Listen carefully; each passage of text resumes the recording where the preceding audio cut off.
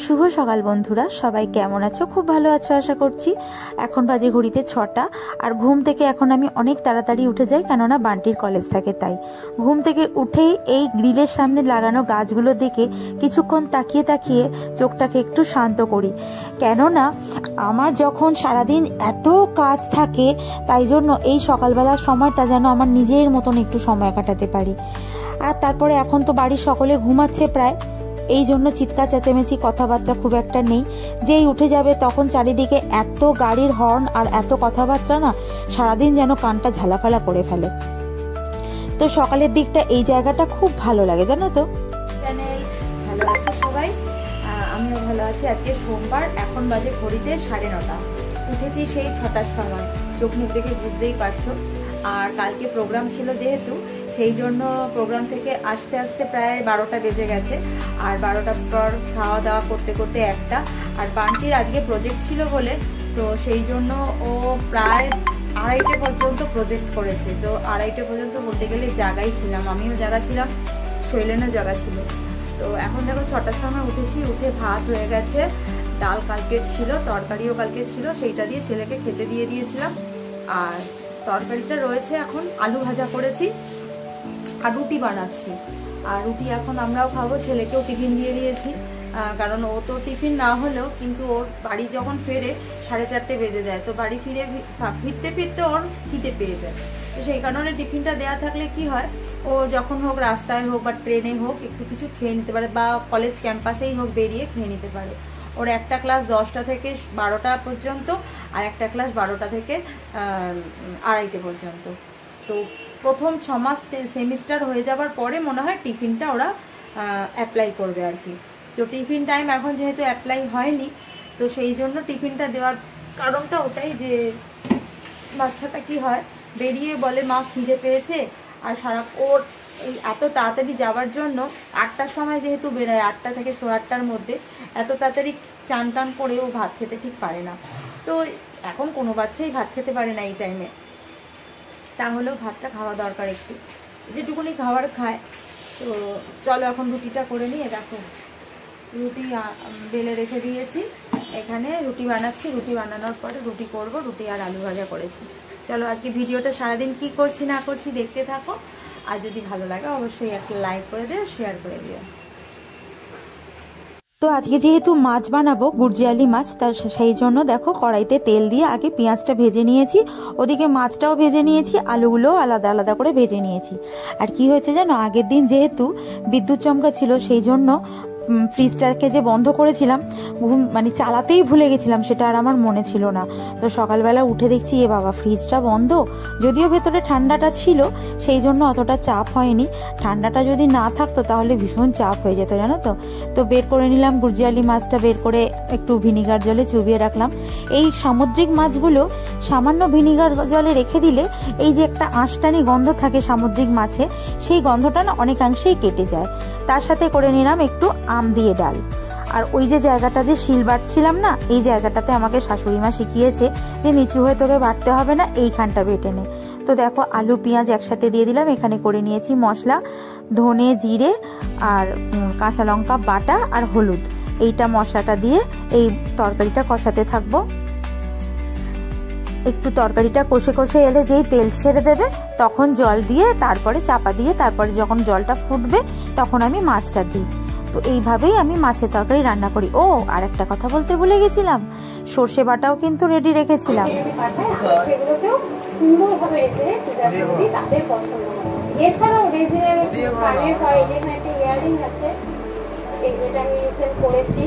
ছোট ছোট photo frame আছে, এখানে ক্লক আছে, ইরিং হয় রেজিনের।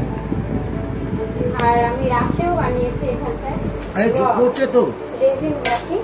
অনেক শিখে করা যায়, এগুলো তুমি করেছো, তোমার কোর্স ছিল, তুমি কোর্সে শিখেছো। হ্যাঁ, এটা আমি একটা অনলাইনে কোর্স করেছিলাম, কারণ রেজিন কিন্তু একটা কেমিক্যাল, ওটা না বুঝে শুনে যদি করা সেটা হার্মফুলই হবে। কারণ রেজিন যখন এই আনারসটা অনেকদিন হয়ে গেছে, একটা গোটা আনারস কিনে নিয়ে এসেছিলাম, প্রায় 3-4 দিন আগে অর্ধেকটা কেটে খাওয়া হয়েছে, আর অর্ধেকটা আজকে ও কাটলো। তো এখন খাচ্ছি। আনারস খেতে খুব ভালো লাগে। ফলের মধ্যে এই জিনিসটা আম আর পাকা পেঁপে। তরমুজ যদি মিষ্টি হয় ভালো লাগে, আদারওয়াইজ ভালো লাগে না, জল জল লাগে। আনারস, আম আর পাকা পেঁপে এইটাই ভালো লাগে। তো বান্টি কলেজ থেকে এসে গেছে, আর আসার পরে আমার ঘুমটা ভেঙে গেছে। আমি যতই সকাল 6টার সময় উঠি না কেন, ওই ঘুম একবার ভেঙে গেলে আমার ঘুম আসা খুব মুশকিল, ঘুম খুব হালকা। তো সেই কারণে আজকে থেকে আমার ঘরে একটা নতুন দিদি কাজের জন্য এসছে, তাকে বুঝিয়ে দিতে হয়েছে সকাল সকাল। আর এখন দেখো আনারস কাটা হয়েছে, আনারস খাচ্ছি, দারুণ টেস্টি, দারুণ, আর এত মিষ্টি।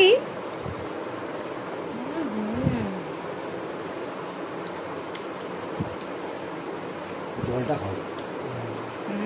আনারসের জলটাই হেভি লাগে। আর একটা ক্যাচের বিট নুন আছে, ওই বিট নুনটা দিয়ে মাখা হয়েছে, মানে দারুণ। বিট নুন গোলমরিচ, ও তাই ভাবছি কি একটা সেন্ট আছে, গোলমরিচের সেন্ট। না বললে বুঝতে পারতাম না। Third question আছে মৌসুমী, very good. Second question আছে সুদীপ্তা, 15 জন। Third question আছে রুমা, 10 দিদি নাম্বার 1 দেখছি। question আছে প্রভাতী, 5 জন। গিফট আছে হচ্ছে যার যেটা পছন্দ নেবে এখান থেকে আছে বলে দিন, traveling on sofa, set the table. এখন ছাদে। আর ওই যে বললাম তোমাদের যে দুপুরে আমার কোনোদিনই ঘুম হয় না।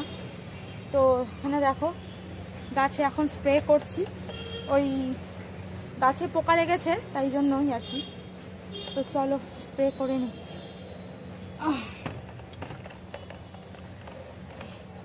এটাতে আবার এমন সিস্টেম, এটাতে এরকম করে পাম্পটা দিতে হয়, তারপর অটোমেটিক্যালি এটাতে, ও বাবা এটা আবার উল্টে গেছে, বাবারে এত হাওয়া দিচ্ছে না, অটোমেটিক্যালি সব গাছপালা উল্টে পাল্টে পাক খেয়ে যাচ্ছে। এই গাছটায় বড্ড কাঁটা।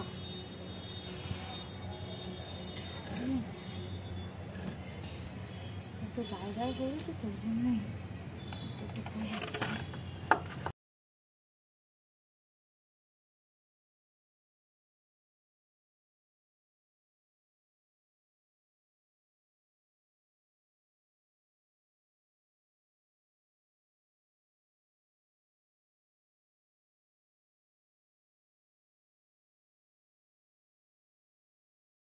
আমি নিচে, আর এই হচ্ছে আমাদের মেন রাস্তা। মেন রাস্তার সামনে এই হচ্ছে আমাদের বাড়ি, এই যে বাড়ির দরজা, আর ওটা হচ্ছে মেন রাস্তা, এদিকটা পড়ছে মেন রাস্তা। এই যে ওই যে দেখতে পাচ্ছ গাড়ি যাচ্ছে, বাস গাড়ি যাচ্ছে, এটা সাইকেল যাচ্ছে। তো এইটা হচ্ছে আমাদের মেন রাস্তা এখান থেকে, আর বাস রাস্তা হচ্ছে একদম এইখান থেকে একদম সামনে। তো আমি এখন ছাদে গেছিলাম, ছাদ থেকে নিচে এসেছি। এখানে সামনে, হাতের সামনে যতগুলো কুঁড়ি আছে, এটা কালকে ফুটবে না, তো যতগুলো কুঁড়ি আছে আমি এখন কুঁড়িগুলো ছিঁড়ে রাখবো। কেন বলো তো, কুঁড়িগুলো ছিঁড়ে না রাখলেই, এখানে এত ভদ্র ভদ্র মানুষ আছে না, সকালবেলা ঘুম থেকে উঠে দেখবো একটা ফুলও আর নেই গাছে, সব তুলে নিয়েছি।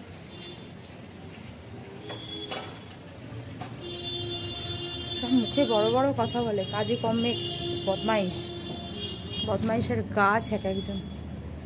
যাক এদিকে তো নেই, ওই মানে দরজার সামনেই 3, 4, 5টা যদি কুঁড়ি থাকে, সকালবেলা উঠে দেখবো ওই কুঁড়িগুলোর ফুল আর নেই, মানে কুঁড়িগুলো থেকে ফুলগুলো ছিঁড়ে নিয়েছে, কুঁড়িগুলোর ডাঁটিগুলো শুধু পড়ে রয়েছে। এই কুঁড়িগুলোর থেকে ফুলগুলো ছিঁড়ে নেবে আর ডাঁটিগুলো থাকবে। তো ওই জন্য 2টো কুঁড়ি এখানে ছিঁড়ে নিলাম। জলে রেখে দিলেই মোটামুটি জবা ফুল ফুটে যায়। তুলে দেবো ক্যামেরায়, বলে দিলাম। এই যে নিতাই গৌড় এসেছে, খালি গায়ে গৌরাঙ্গ সেজে, গেঞ্জি জোটে না।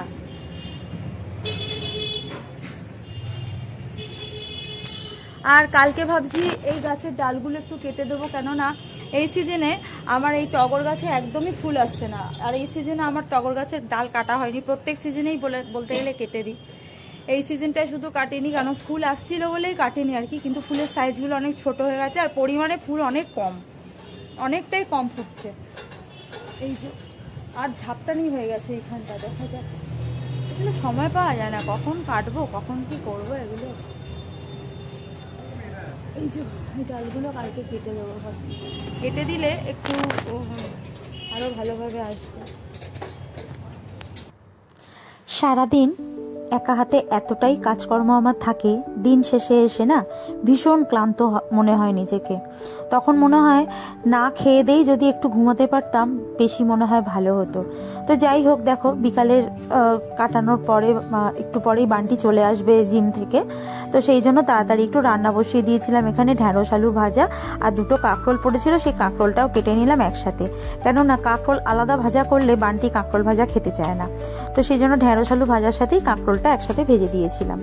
আর আজকে জানো এমন একটা বিপদ ঘটেছে, সেটা তোমাদের ভিডিওর লাস্টে দেখাবো। অনেক শখ করে একটু তালের বড়া বানাতে গেছিলাম। ও বাবা, তালের বড়া বানাতে গিয়ে আমার যা দুর্দশা হয়েছে। এই দেখো তালটা মা ছেঁচে দিয়েছে, আর এখানে একটু চিনি গুঁড়ো বানিয়ে নিচ্ছি। গ্রাইন্ডারে একটু পেস্ট করে নিলাম, গুঁড়ো চিনি করে নিলাম, যাতে তালের সাথে মিশতে সুবিধা হয়। নারকেল তো ছিল না, নারকেল থাকলে ভালোই হতো, কিন্তু যেহেতু নারকেল ছিল না তাই নারকেল ছাড়াই করলাম। এর মধ্যে দিয়ে দিয়েছিলাম চিনি গুঁড়ো, একটু সামান্য ময়দা আর একটু লবণ, মিক্সড করে রেখে দিয়েছিলাম। কিন্তু আমার জানা ছিল না যে মাছ ভাজার মতো এই তালের বড়া ভাজতে গেলে তেলটাকে প্রচণ্ডভাবে তাতাতে হয়। সেটা আমার কোনো আইডিয়া ছিল না, এই প্রথম হাতে করি তো সেই কারণে। ও বাবা, তারপরে এদিকে দেখো তরকারি বান্টির জন্য রেডি রেখে দিয়েছি, আর ডিমের তরকারিও রেডি রেখে দিয়েছি, ও যখন আসবে খেয়ে নেবে। তো যাই হোক, করতে গিয়ে যা অবস্থা সেটা তোমাদের ভিডিওর লাস্টে দেখাবো, তখন আমি ভিডিও তুলতে পারিনি। তো এই রকম করতে গিয়ে আমার তালের বড়াগুলো তেলের মধ্যে সমস্ত ছেড়ে ডালা পাকিয়ে একাকার। তাড়াতাড়ি মাকে শাশুড়ি মাকে ডেকে দেখানোর পর মা করে দিল। মতো রান্না কমপ্লিট। কালকে তরকারি ছিল ডিমের তরকারি, কারণ কালকে প্রোগ্রামে গেছিলাম, প্রোগ্রাম থেকে বিরিয়ানির প্যাকেট দিয়েছিল বলে রাতে আমরা আর কেউ তরকারিটা খাইনি, ডিমের তরকারি খাইনি। এই দেখো কথা বলতে বলতে তোমাদের সাথে ওদিকেও দৌড় মেরেছে গুবলু। চলো চলো চলো চলো চলো ঘরে চ।